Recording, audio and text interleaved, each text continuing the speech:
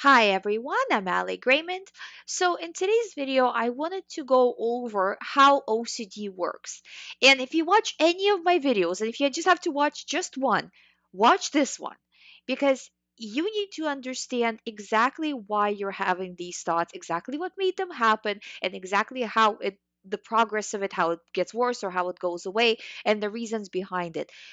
You have to get it to the level of if somebody woke you up in the middle of the night and asked you to do a lecture on it, you could easily do it without preparation, without anything, just because you know it. You need to know it on almost a subconscious level, because that way you have ammunition against OCD. Um, you're able to fight back because you're not taking the thoughts seriously. You can immediately see through them. So, first, how OCD works. People get about 50, some people say 70, thousand thoughts a day. They're not all standard thoughts. Some are pretty weird. This is across the board. Any person, doesn't matter if they have OCD or not, or what kind of other issues they have. About, so let's say 50,000, I would say OCD people get way more just because every other thought is an OCD thought in between, regular thoughts of the day, right?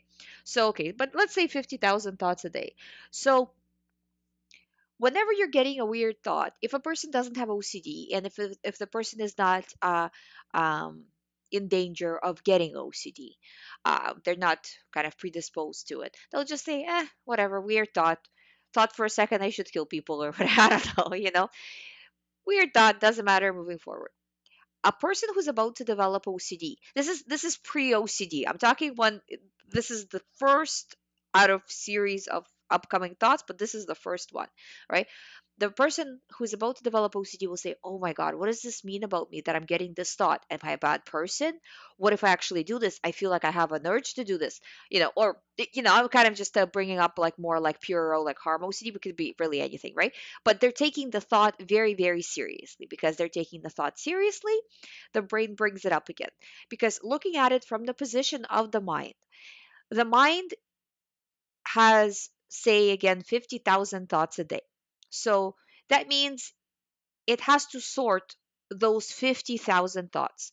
The part of the brain that creates the problem doesn't really, on a conscious cognitive level, understand each thought, and it doesn't sort it on their own, on its own. It's looking to you to tell it what to do. What do I do with this thought? You know? So I call it the box theory. So if we imagine each thought as it's inside a little tiny box. There's 50,000 boxes. The brain doesn't know what's in each box. It just has this like pile. So it looks to at the pile, looks at you. Which ones are important? Which ones are dangerous? So for whatever reason, in that specific day, in that moment, you dived in, you grabbed that one thought, and you said, "This is important. This is dangerous. I'm very scared of this." And the brain flagged it. And from that moment on, it continued to bring it up again, that flagged thought, because it believes that it's important based on your reaction. While the person without OCD got the same exact thought, didn't react, and because they didn't react, the thought was not flagged, and the thought never returned. You know? Well, maybe not never, but maybe a year later they got the similar thought and then they didn't react to that one again, right? So because just thoughts, right? So but it didn't get flagged. They're just whatever, right? So that's the big difference. Why did you react with a lot of emotion to that specific thought? Well, probably because that's the area of your life that you care very much about. So that is the most scariest, most painful thing to you that has, you know, the, the, that you can imagine, basically. Um, so, for example, new parents, to them, the child is the most important uh, person in their life right now because it's a new baby, right? So, of course, very likely to get thoughts about the baby. Or a person moves, they might get thoughts that have to do with moving or something, similar to that.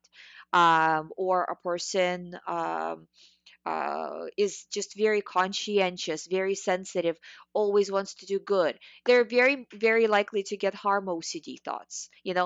It's exactly, the brain reacts to exactly the opposite, because that's what you're saying is this is the scariest. Even if everything goes down, this area of my life cannot go down. For whatever reason, you have this kind of a set mindset that this is the worst possible thing. And of course, because you put it that way to the brain tries to protect you from that worst possible thing by sending you more thoughts. It sends you more thoughts basically on reflex. And then you're like, what does it mean? And the more you try to figure out what it means, when you're trying to figure things out, this is why you can't do reassurance. When you're figuring things out, you're doing it out of fear. When you're doing it out of fear, it means you're sending the signal of fear to the brain saying, this is very, very scary to me. And the brain says, okay, I will protect you. I will send you the thoughts all day long. Don't worry about it. I've got this. You know, and then you get thoughts all day long. And if you continue to react badly to those thoughts as well, you really get yourself into trouble here, and you really start to go down very quickly. I find that um, in my own life, as well as what I see with clients. Um, OCD develops from nothing to an enormous kind of all-consuming state in a matter of days. It doesn't take long at all. So it's just very important that now that you are in this OCD situation, you understand how it exactly started. And not I think most people, not everybody, but most people can remember the exact moment where I got my first OCD thought, or at least the situation in which they got an OCD thought and how they reacted. So if you kind of look at that situation and what would have happened if you just knew this theory, because nobody knows this, because who would need to know this information really, right, about how OCD works, unless you're now that you're in it, you know but if you knew this and you would have just said, nah, that's just a silly thought, not gonna dig into it, not gonna do the compulsions. If you're doing physical compulsions, you know it would have never developed to this level. you know so that's where the situation went awry. It's not, the problem was not that you got a thought, the problem was your reaction to the thought. So now we have to change that reaction, because every time you react with fear, you kind of reinforce to the mind that this is still important, this is still very valid and dangerous. I definitely need you to send me more of this because I'm in a lot of danger. And the mind's like, okay, sure. And it raises your adrenaline, and records whatever, like, puts you basically in a fight or flight mode. You're not seeing reality anymore. You're completely feel that, what I call depersonalization slash derealization, because people use different terms for it, and basically feeling kind of like you're in your own bubble, removed from the world. Everything feels unreal. Real life doesn't feel so real.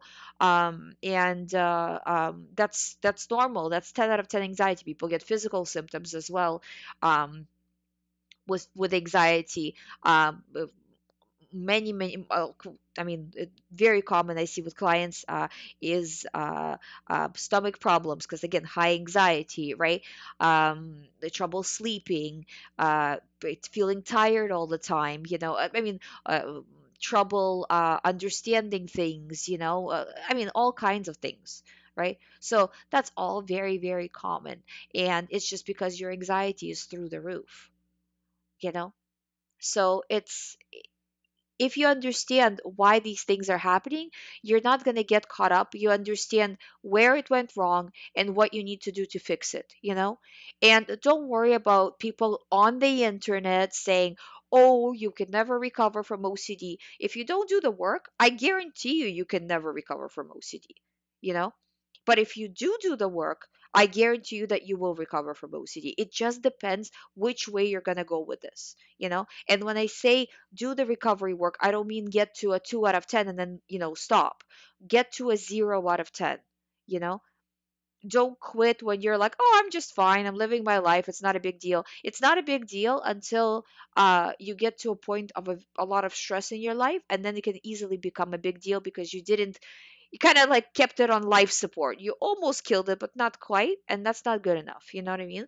So you have to keep going until it's fully, completely eliminated from your life. And that's just how recovery happens, Just a faulty signal stuck in, and grew very fast, very much, and now we have to fix it.